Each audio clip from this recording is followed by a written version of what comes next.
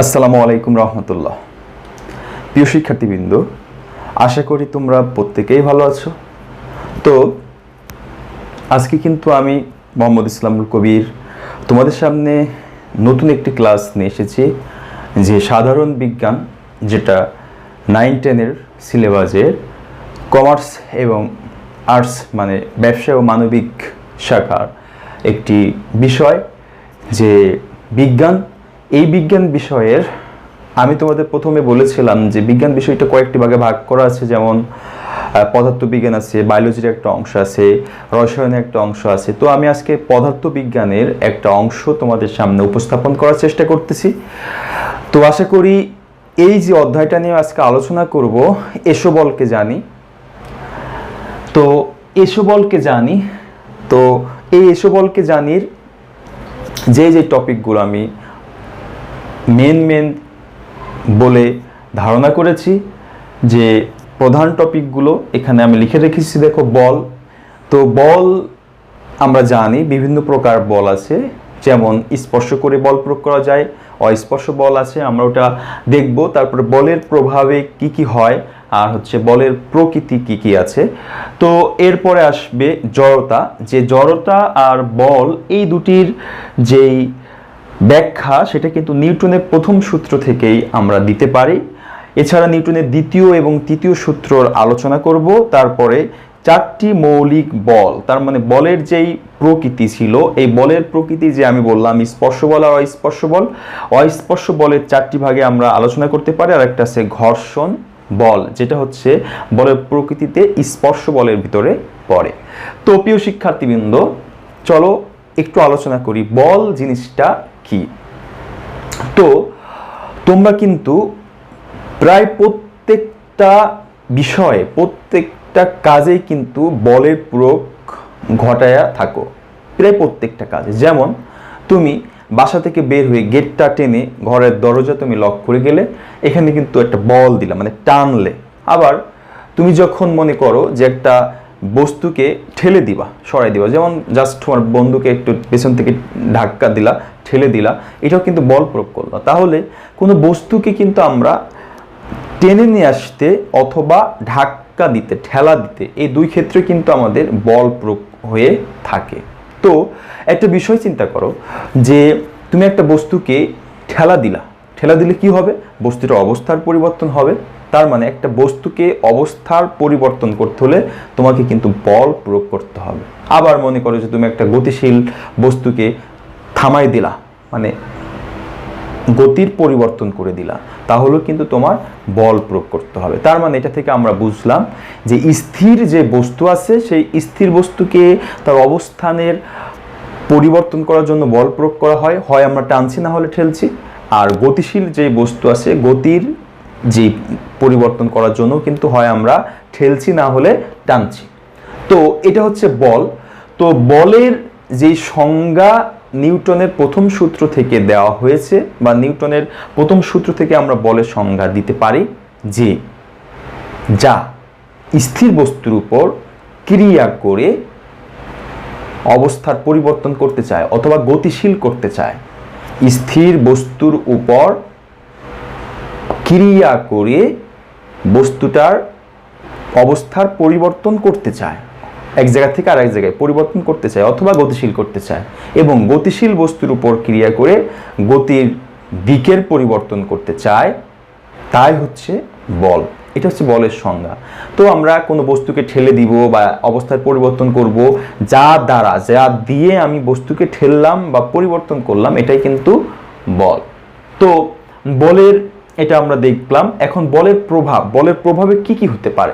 বলের প্রভাবে কোনো বস্তুর গতির পরিবর্তন হতে পারে। এক, গতির পরিবর্তন, দিকের পরিবর্তন। বলের প্রভাবে আমরা যেটা লিখতে পারি সেটা হচ্ছে দিক পরিবর্তন।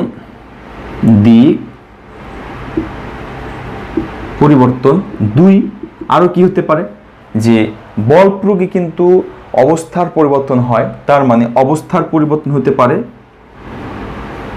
অবস্থার পরিবর্তন। এরপরে কি হতে পারে?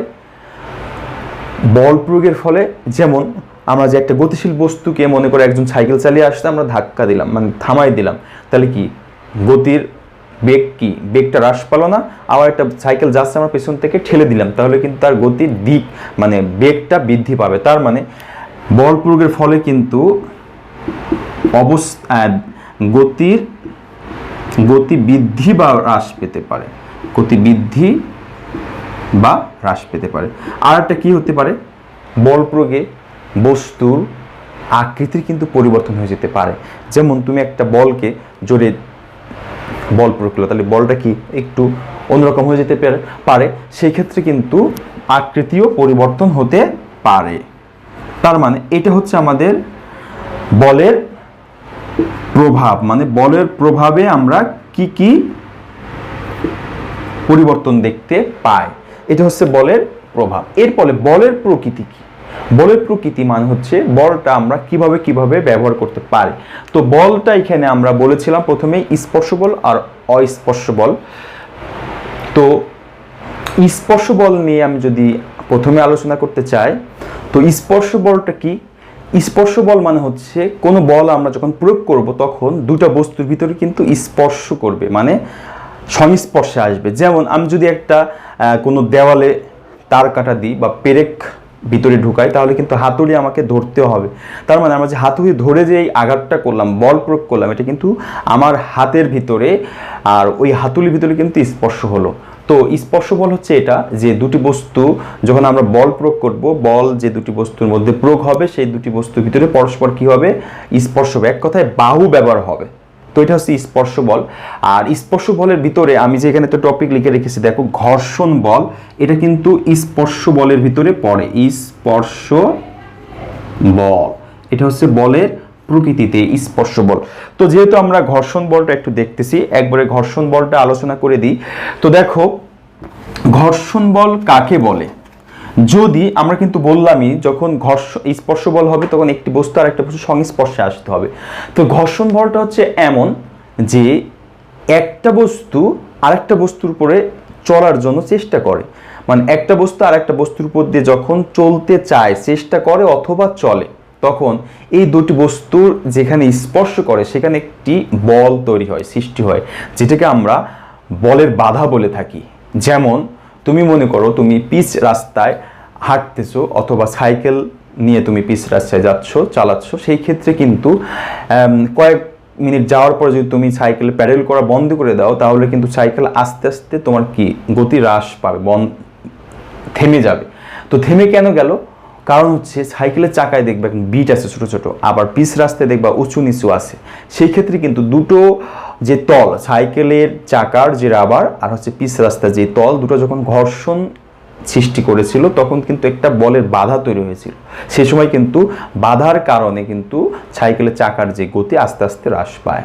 সেই ক্ষেত্রে দুটি বস্তু একটা আর একটু পদে যদি চলতে শুরু করে, সেই ক্ষেত্রে দুটি স্পর্শ তলে কিন্তু এক প্রকার বাধা বল তৈরি হয় বলের বিপরীতে, সেই ক্ষেত্রে ওই বলটাকে আমরা বলি ঘর্ষণ বল। তো ঘর্ষণ বলের এত এত সুবিধা আছে যে আমরা বাস্তব জীবনে যত কাজ করি, একেবারে ঘুম থেকে শুরু করে প্রায় ঘুমাতে যাওয়ার আগ পর্যন্ত যত রকম কাজ করি, প্রায় প্রত্যেকটা কাজের ভিতরে আমাদের ঘর্ষণ বলের প্রভাব থাকে, উপকারিতা থাকে, সুবিধা থাকে। যেমন আমরা যখন হাঁটি সকালে উঠে, হাঁটার ভিতরে কিন্তু আমাদের ঘর্ষণ বল কাজ করে। যেমন মাটির সাথে তুমি চিন্তা করে দেখো, ঘর্ষণ বল কাজ করে। আবার যখন তুমি মনে করো যে লিখবা কলম দিয়ে কোনো বইতে খাতায় যখন লিখবা, তখন কিন্তু কলমের যেই মাথাটা আছে, নিপটা আছে, এটা কাগজের সাথে কিন্তু ঘর্ষণ করার কারণেই কিন্তু কালিটা পড়ে। এছাড়া এরকম অনেক অনেক কাজ আছে। যেমন তুমি যে সাইকেল যে চালাও, সাইকেলের ভিতরে কিন্তু কি আছে বলতো, ওই যে যেখানে ঘোরে এখানে কিন্তু বল আছে, এই বলগুলা ঘর্ষণের কারণে কিন্তু সাইকেলটা চলে। এছাড়া নানা কাজে ঘর্ষণের সুবিধা আছেই, প্রায় প্রত্যেক কাজেই, এগুলো হচ্ছে ঘর্ষণের সুবিধা। এছাড়া ঘর্ষণের কিন্তু কিছু অসুবিধা আছে। যেমন মনে করো তুমি সাইকেলের কথাই বলি, সাইকেলের যে রাবারটা আছে চাকার, এই চাকার অনেক ঘর্ষণ খাইতে খাইতে খাইতে খাইতে খাইতে খাইতে কিন্তু সাইকেলের রাবারটা কি হয়, মসৃণ হয়ে যায়, যার কারণে এক সময় সাইকেল কিন্তু স্লিপ কাটে, ব্রেক ফেল করে সেই ক্ষেত্রে কিন্তু দুর্ঘটনা ঘটতে পারে। এছাড়া যদি তুমি কোনো কাঠ করাত দিয়ে কাটো, করাতের যে সামনের খাঁজ কাটা অংশ থাকে এটা যদি আস্তে আস্তে সমান হয়ে যায় তাহলে কিন্তু কাঠ আর কাটবে না। এগুলো হচ্ছে অসুবিধা। তো কিছু কিছু ক্ষেত্রে আমাদের এই অসুবিধা থেকে দূর করার জন্য ঘর্ষণ কমাতে হয়। ঘর্ষণ বল কমানোর জন্য আমরা বিভিন্ন তেল জাতীয় পদার্থ ব্যবহার করে থাকি। আর যেখানে যেখানে ঘর্ষণের কারণে আমরা বিভিন্ন কাজ করতে পারি। তো এগুলো হচ্ছে ঘর্ষণের সুবিধা অসুবিধা। আরও ঘর্ষণ বল কয়েকটি আছে, সেটা আমরা লাস্টে আলোচনা করব যখন 4টি মৌলিক বল আলোচনা করব সেই সময়। তো এখন তোমরা কিন্তু বুঝতে পারলা যে এই বলের প্রকৃতিতে আমরা যে ঘর্ষণ বল স্পর্শ বলটা পড়লাম, স্পর্শ বলের ভিতরে ঘর্ষণ বলটা কি সেটা কিন্তু আলোচনা করে দিলাম। এখন আমি যেটা আলোচনা করব সেটা হচ্ছে জড়তা। ভেরি ভেরি একটা ইম্পর্টেন্ট টপিক, জড়তা।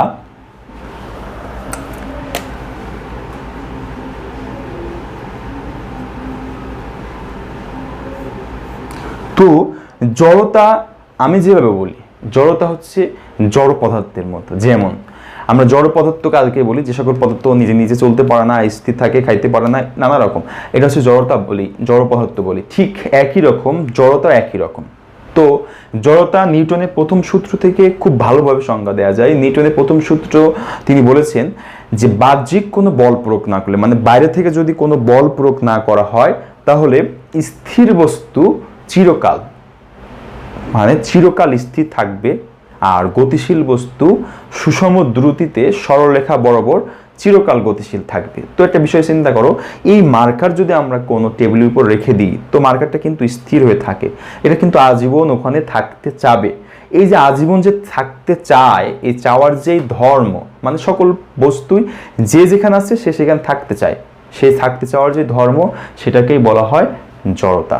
আমি আবার বলছি যে তুমি তোমার চারিপাশে যেদিকেই তাকাও দেখো শুধু জড়তার উদাহরণ, জড়তার উদাহরণ। যেমন তোমার টেবিলের পরে অনেক বই সাজানো আছে, এই যে বইগুলো আছে এগুলো কিন্তু জড়তার কারণে বইগুলো ওখানে স্থির আছে, এটা হচ্ছে জড়তা।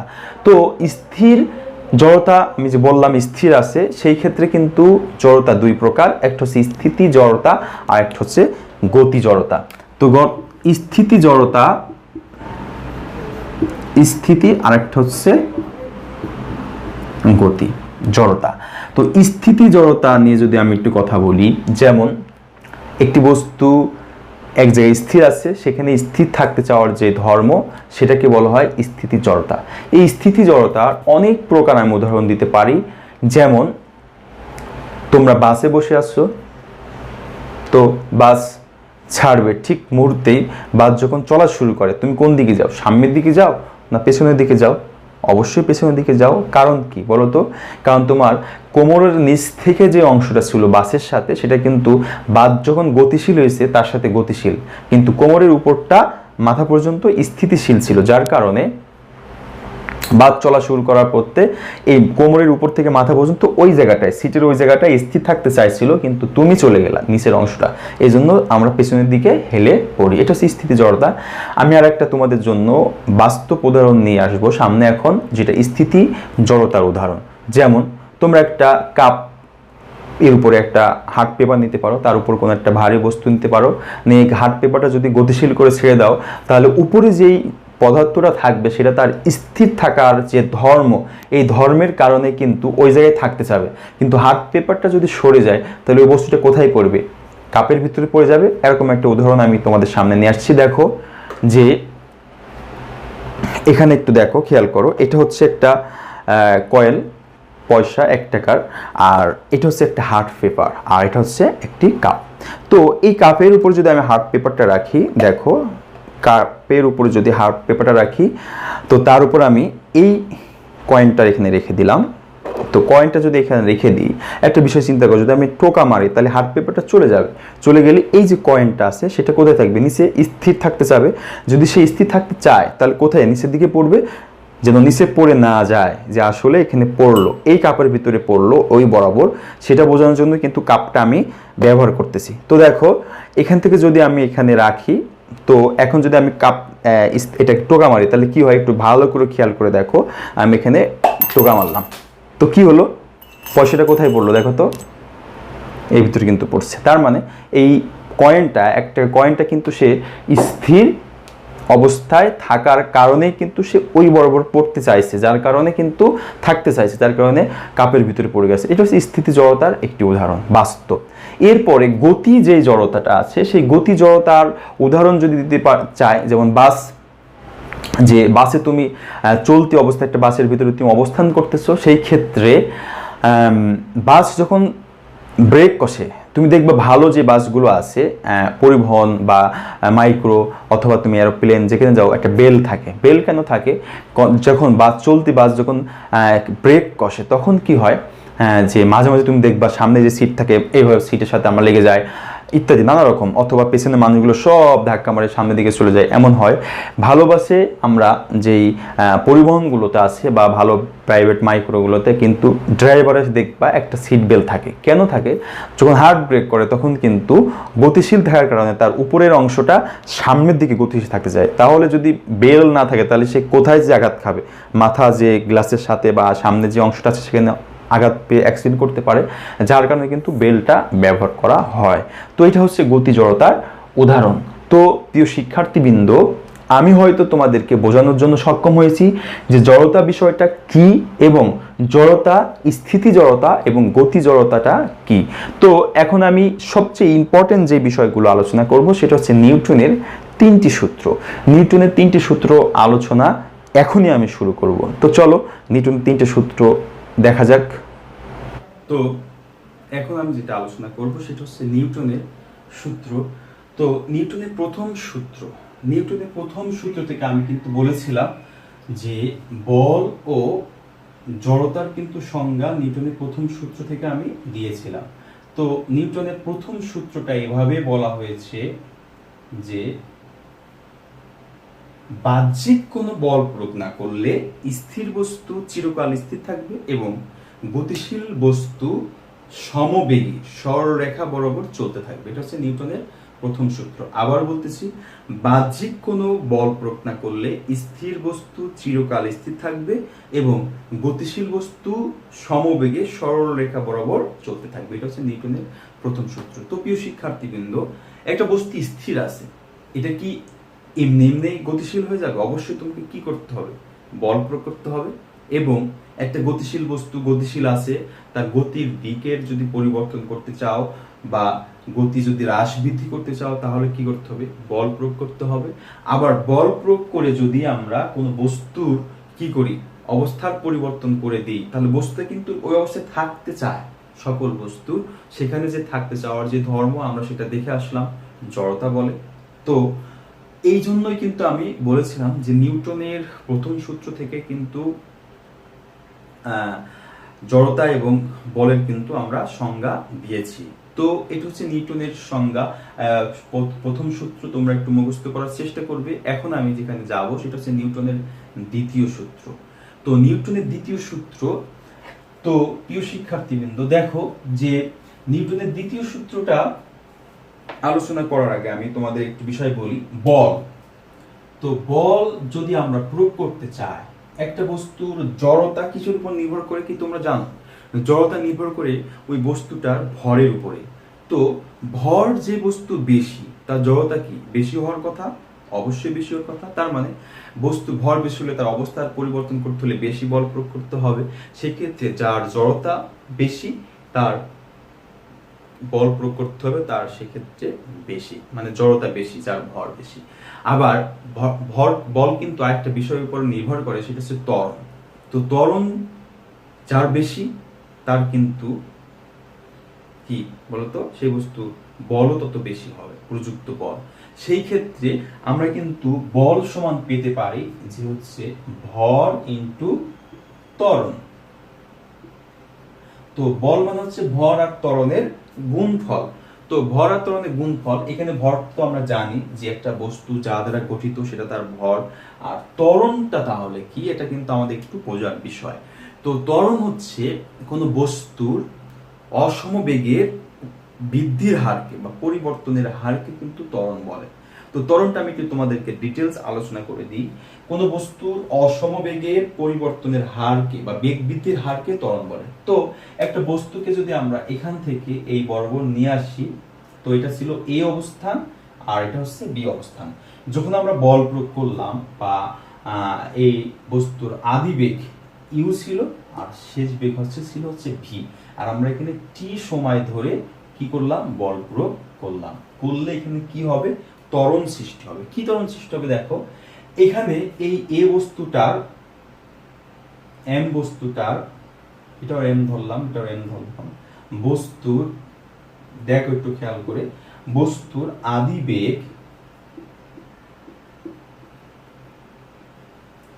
বেগ সমান কিন্তু আছে ইউ, আর বস্তুর শেষ বেগ সমান কিন্তু আছে ভি। তাহলে আমি কিন্তু বললাম বেগের পরিবর্তনের হার, এটা হচ্ছে ত্বরণ। তো বেগের পরিবর্তন যদি আমি দেখি যে আসলে বেগের পরিবর্তনটা কি, তো বেগের পরিবর্তন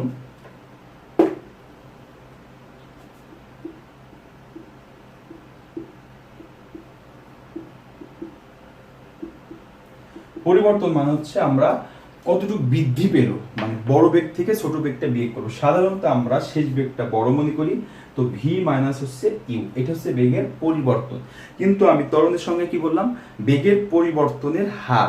তো হার মানে হচ্ছে একটা নির্দিষ্ট সময়ে কি পরিমাণ পরিবর্তন হলো, তার মানে বেগের পরিবর্তনের হার নির্দিষ্ট সময়, মানে V minus U divided by টি।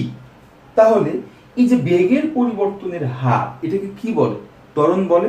ত্বরণকে আমরা ছোট হাতের এ দ্বারা প্রকাশ করি, তার মানে ত্বরণ মানে হচ্ছে V minus U by T, V minus U by T. এটা কিন্তু হচ্ছে ত্বরণের সূত্র, এ সমান। তো আমরা কিন্তু এই যে এখানে ত্বরণ ব্যবহার হবে, সেই ত্বরণটা কিন্তু এখানে দেখতে পেলাম।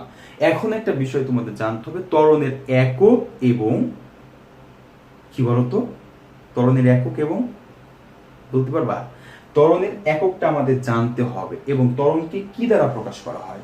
তো ত্বরণের একক জানতে হলে আমাদের কিন্তু জানতে হবে ভি এর এককটা কি, মানে বেগের এককটা কি। তো দেখো এখানে যদি আমরা বেগের একক বের করি, বেগ মানে হচ্ছে ভি মানে হচ্ছে এস ডিভাইডেড বাই টি, মানে সরণ বাই সময়। তো সরণকে আমরা কি দ্বারা মাপি, মিটার দিয়ে মাপি, মিটার দিয়ে পরিমাপ করি, সেই ক্ষেত্রে কিন্তু এম, আর এই টি হচ্ছে সেকেন্ড দিয়ে মাপি। তো তোমরা অনুশীলনী 4.1 করেছো সূচকের নিয়ম, সেটা কিন্তু এখান থেকে আমরা এই নিচের এসটা যদি উপরে আলোচনা করি, তাহলে নিচের এস এর উপরে -1 ছিল, সেটা উপরেটা হলো -1, তার মানে বেগের এক কিন্তু হলো ms -1। এখন যদি আমরা ত্বরণের একক মাপি, তো ত্বরণ এর সমান হচ্ছে ভি ডিভাইডেড বাই টি, আর আমরা ইউ লিখলাম না, কারণ এটাও ভি এটাও ভি, দুটাই কিন্তু বেগ। তো এই বেগের একক আমরা কি পেয়েছি, ms -1, আর নিচে আরেকটা টি মানে আরেকটা এস। সেই ক্ষেত্রে এস যদি উপরে চলে যায়, তাহলে কিন্তু উপরে আরেকটা মাইনাস বেড়ে যায়। তার মানে আসলো ত্বরণের একক হলো মিটার পার সেকেন্ড স্কয়ার, যেটা তোমাদের বইতে এভাবে লেখা আছে যে মিটার ভাগ সেকেন্ড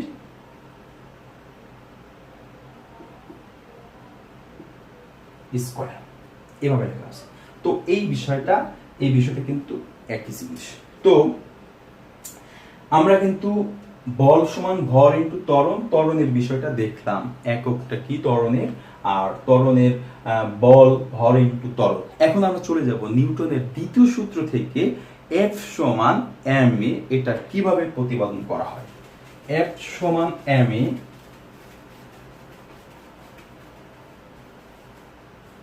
দেখো যে তোমাদের বইতে আসবে যে F সমান ma, এই সূত্রটা কিভাবে আমরা নিয়ে আসবো। তো এই সূত্র তোমাদের অনেকে মনে থাকে না, আর এই সূত্র থেকে কিন্তু যেই সৃজনশীলের প্রশ্ন 3 নম্বর প্রশ্নগুলো আছে, সেখানে থেকে কিন্তু এখানে একটা প্রশ্ন এসেই থাকে। তো এই যেহেতু প্রশ্নগুলো এসে থাকে, এই জন্য এই সূত্রটাতে কিন্তু আবার প্রতিপাদনও আসে যে F সমান ma প্রতিপাদন করো। তো প্রতিপাদনটা আমাদের শিখতে হবে, সূত্রটা কিভাবে আসলো, নিউটনের দ্বিতীয় সূত্র ব্যবহার করে। তো এটা আমি মনে রাখার জন্য বলি, F তে কি হয় ফাদার, আর ma মা, তো মাদার। তো ফাদার সমান মাদার, মানে বাবা আর মা সমান সমান। আমি এভাবে বলি, পিতা মাতাকে আমরা সমানভাবে শ্রদ্ধা করব, একজনকে বেশি একজনকে কম না, সমানভাবে কি করব, শ্রদ্ধা করব, ভালোবাসবো। তো এফ সমান এম এ, এটা প্রতিপাদন কিভাবে করব দেখো।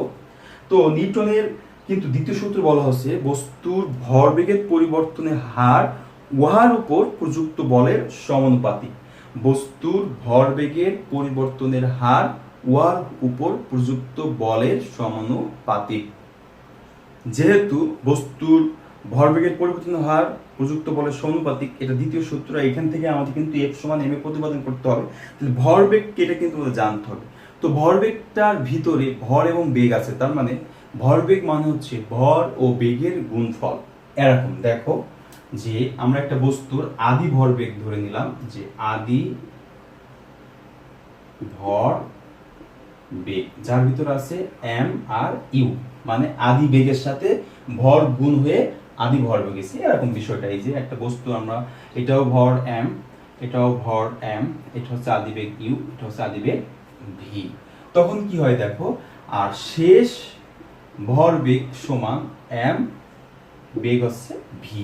তো আমাদের সূত্রে বলেছিল যে ভরবেগের পরিবর্তনের হার, সেই ক্ষেত্রে কিন্তু আমরা ভর বেগে পরিবর্তনের হার যদি নির্ণয় করি, ভরবেগের পরিবর্তন মানে হচ্ছে M V minus M U, আর হার মানে হচ্ছে সময় দিয়ে ভাগ।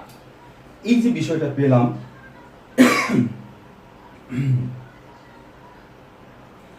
ভরবেগের পরিবর্তনের হার প্রযুক্ত বলের সমানুপাতিক। তো আমরা ভরবেগের পরিবর্তনের হারটা বের করলাম। এখন যদি আমরা নিউটনের দ্বিতীয় সূত্র থেকে পাই, দেখি যে নিউটনের দ্বিতীয় সূত্র মতে যে এফ বল সমান ভরবেগের পরিবর্তনের হার, তার মানে এম আমরা এখান থেকে একবারে কমন নিলাম। আচ্ছা, কমন আমরা পরের লাইন দিই, M V minus M U divided by T. এই সমানুপাতিক উঠেছে, আমাদের একটা সমান আসবে আর ধ্রুবক আসবে। আর এখান থেকে দেখো উপরে এম আছে, এখানেও এম আছে, আমরা এম কমন নিলাম, তাহলে এখান থেকে V minus U divided by হচ্ছে টি। তো V minus U divided by T, এটা কি হলো দেখো, এটা সমান কিন্তু আমরা দেখেছিলাম ত্বরণ, এ সমান V minus U divided by T, সেক্ষেত্রে এতটুকু পরিবর্তে কিন্তু আমরা এ লিখতে পারি। তো দেখো এফ সমান কে এম এ চলে আসবে, কিন্তু আমাদের প্রমাণ করতে হবে এম এ। তাহলে আমাদের কি কেটা বাদ দিতে হবে না?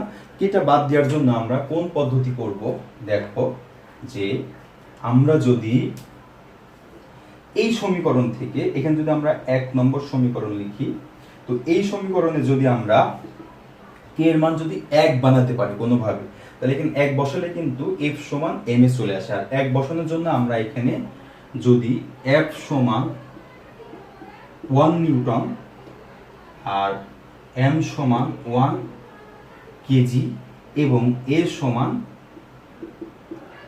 যদি 1 মিটার পার সেকেন্ড স্কয়ার নিই, তাহলে 1 নম্বর সমীকরণ হতে আমরা কি পাবো, যে 1 হতে পাবো কিন্তু যে কে সমান হচ্ছে 1, তার মানে এখানে 1 এখানে 1 এখানে 1, তাহলে কে সমান কিন্তু আমরা 1 পেলাম। এই 1টা যদি এখানে বসাই দিই, যে কে এর মান 1 এ বসিয়ে, কে এর মান যদি 1 এ বসাই, কে এর মান কত 1, সেই ক্ষেত্রে কিন্তু আমাদের F সমান m এ প্রতিপাদন হয়ে গেল। এটা হচ্ছে F সমান m এ প্রতিপাদন নিউটনের দ্বিতীয় সূত্র থেকে। ভেরি ভেরি ইম্পর্টেন্ট যে F সমান m এ প্রতিপাদনটা আমরা কিভাবে করব। বইতে অনেক শর্টকাট করা আছে 19 সিলেবাসে, তোমরা আশা করি এভাবে শিখলে লিখলে ফুলফিল নাম্বার পাওয়া যাবে এবং ডিটেইলস আমরা শিখতে পারলাম। তো এই F সমান m এ কিন্তু আমরা নিউটনের দ্বিতীয় সূত্র হতে পেলাম। তো এই F সমান m এর একটি আমরা গাণিতিক সমস্যা দেখব। তো চলো গাণিতিক একটা সমস্যা দেখি যে কিভাবে প্রশ্নগুলো আসে।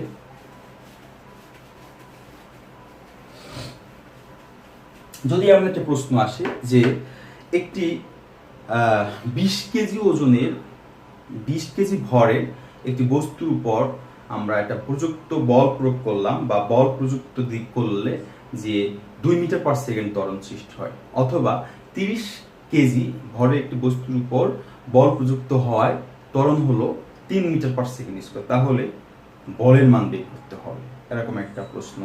তো প্রশ্নটা এমন যদি হয়, দেখো 30 কেজি একটি বস্তুর উপর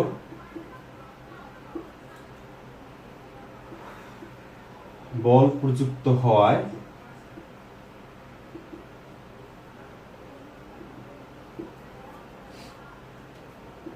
3 মিটার পার সেকেন্ড স্কয়ার, ত্বরণ সৃষ্টি হলো, তাহলে প্রযুক্ত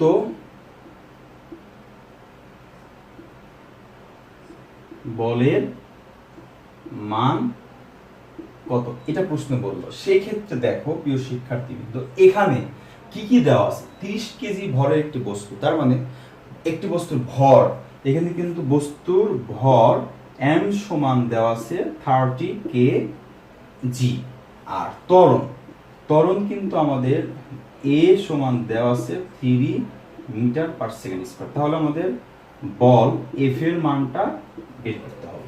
তো আমরা কি জানি, কিছুক্ষণ আগে যে সূত্রটা পড়ে আসলাম, যে আমরা জানি F সমান m a, তাহলে কি হলো, এই m এর মান কত 30 কেজি ইনটু এর মান কত 3, আর আমরা জানি বলের একক হচ্ছে নিউটন। আমরা F সমান m, এখান থেকে নিউটনের সংজ্ঞাটা আমরা একটু বলবো একটু পরে। অঙ্কটাকে দেখো যে 30 ইনটু 3, তো আমাদের কিন্তু হচ্ছে 90 নিউটন। তো আমাদের কিন্তু প্রযুক্ত বল হলো 90 নিউটন। সেই ক্ষেত্রে এরকম গাণিতিক ব্যাখ্যা, যেহেতু আমাদের সমীকরণটা হচ্ছে এটা, যে F সমান m, একটা বিষয় চিন্তা করে দেখো, F এর মান দেওয়া আছে, এর মান দেওয়া আছে, তাহলে কিন্তু তুমি ভরের মানটা খুব সহজে বের করতে পারবা। আবার ভরের মান দেওয়া আছে, F এর মান দেওয়া আছে, তাহলে কিন্তু এর মান বের করতে পারবা। আবার m এর মান, এর মান দেওয়া আছে, তাহলে F এর মানটা খুব ভালো করে বের করতে পারবা। তার মানে যেহেতু এখানে তিনটা বিষয় আছে, বল, যে বল, ভর আর ত্বরণ, সেই ক্ষেত্রে যে কোনো দুটি বিষয়ের মান দেওয়া থাকলে আর একটি মান আমরা অনায়াসে বের করতে পারবো সমাধান করে। তো এটা গেল আমাদের নিউটনের দ্বিতীয় সূত্র থেকে, যে আমরা F সমান m এ প্রতিপাদন করেছিলাম, সেটা থেকে গাণিতিক সমস্যা। এখন নিউটন কাকে বলে, এক নিউটন, সেই সংজ্ঞাটা যদি আমরা এভাবে দিই, দেখো যেহেতু আমরা জানি যে F সমান m a, এখান থেকে আমি নিউটনের সংজ্ঞা দিব, কিভাবে দিব, যেহেতু জানি বলের একক হচ্ছে নিউটন, m বলের একক কি নিউটন, তাহলে এখানে কি কি আছে দেখো, যেহেতু নিউটন সমান হচ্ছে এখানে F, তাহলে বাকি আছে কি m a আছে না, তাহলে m a থেকে আমরা F এর সংজ্ঞাটা, n এর সংজ্ঞাটা দিব এভাবে, যে এই m মানে হচ্ছে ভর, তার মানে 1 কেজি, 1 কেজি ভরের কোনো বস্তুর উপরে যদি আমরা বল প্রয়োগ করি, 1 কেজি কোনো বস্তুর উপরে যদি আমরা বল প্রয়োগ করে যদি, এখানে কি ত্বরণ না, যদি ত্বরণ হয়, ত্বরণ হবে হচ্ছে 1 মিটার পার সেকেন্ড স্কয়ার, তাহলে তাকে বলা হবে 1 নিউটন। মানে 1 কেজি কোনো বস্তু ভরের উপর যদি আমরা বল প্রযুক্ত করি বা বল প্রয়োগ করে যদি ত্বরণ 1 মিটার পার সেকেন্ড স্কয়ার ত্বরণ সৃষ্টি করা হয়, তাহলে সেই প্রযুক্ত বলকে বলা হবে 1 নিউটন, যার কারণে আমরা বলের একক বলি নিউটন। এটা হচ্ছে বলের একক, নিউটনের সংজ্ঞা, ভালো করে মনে রাখবা। এরপর আমরা চলে যাব তৃতীয় সূত্রে নিউটনের।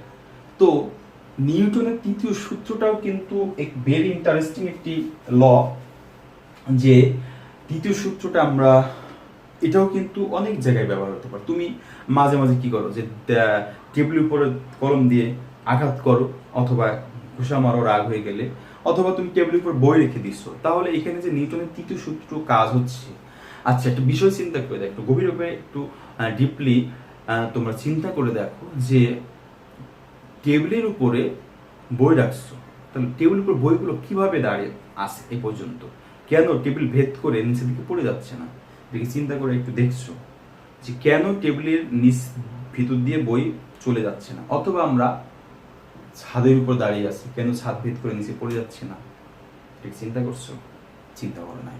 তো এটা চিন্তা করলে আমরা কিন্তু নিউটনের তৃতীয় সূত্রটা পাই, যে টেবিল উপরে একটা বই যে তার নিজের ভর দিয়ে যে পরিমাণ বল প্রয়োগ করছে, এই যে বল প্রয়োগ করলো, প্রয়োগ যে হয়, যেমন আমি এই বোর্ডের উপর যদি বল প্রয়োগ করি, এটা হচ্ছে ক্রিয়া বল বলি। কি বল বলি? ক্রিয়া বল। এখন হলো এই বোর্ডের ভিতরে আমি বল প্রয়োগ করলাম, কিন্তু বোর্ডের ভিতর দিয়ে আমি এই মার্কারটা ঢুকাইতে পারলাম না। কেন? কারণ হচ্ছে এই বোর্ড, আমি যে বলে বল প্রয়োগ করছি, বোর্ড ঠিক একই বলে, সমান বলে উল্টা দিকে আমাকে বল প্রয়োগ করছে, যার কারণে আমি এটা ভিতরে ঢুকাতে পারছি না।